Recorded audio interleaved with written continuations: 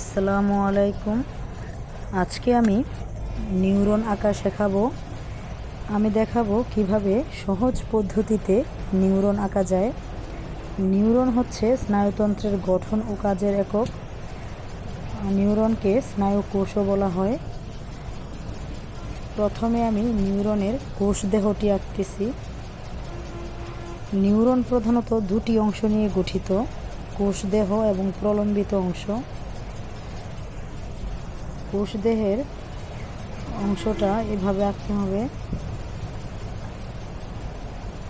কোষ দেহের উপরে সরু সরু, এটা হচ্ছে ডেনড্রাইট।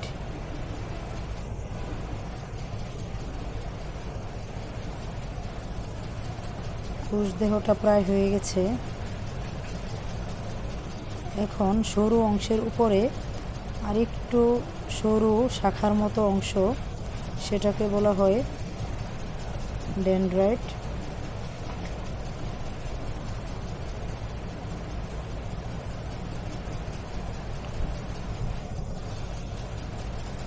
তারপরে নিচ থেকে একদম লম্বা করে যে প্রলম্বিত অংশটি আঁকতেছি সেটি হচ্ছে অ্যাক্সন।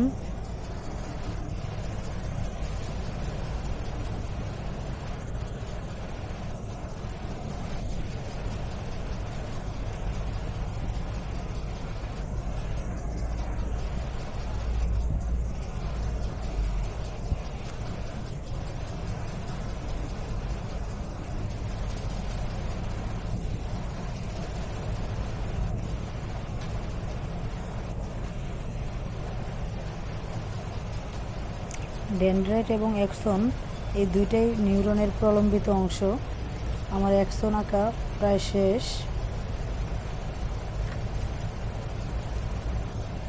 এখন নিচের দিকে আরও শাখার মতো অংশ বের হয়ে গেছে, এগুলো হচ্ছে অ্যাক্সন প্রান্ত।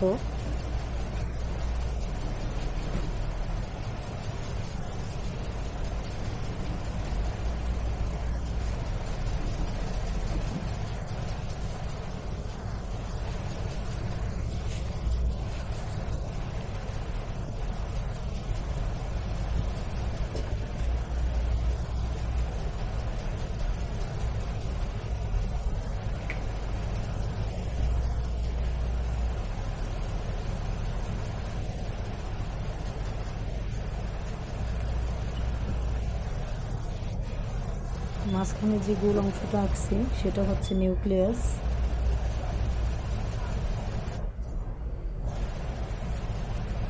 এটা হচ্ছে কোষ দেহ।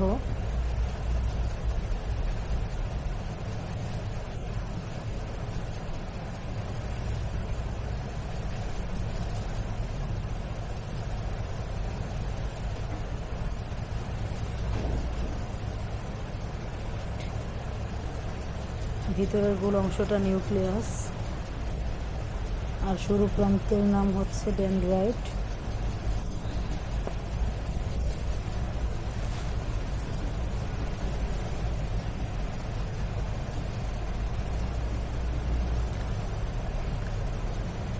আর নিউরনের সবচেয়ে লম্বা অংশটি হচ্ছে অ্যাক্সন।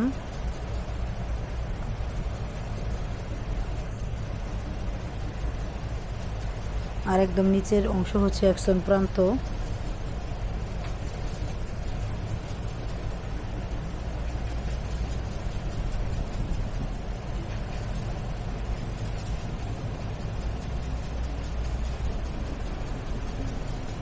এখন আমি চিত্রের নামটা লিখে দেব।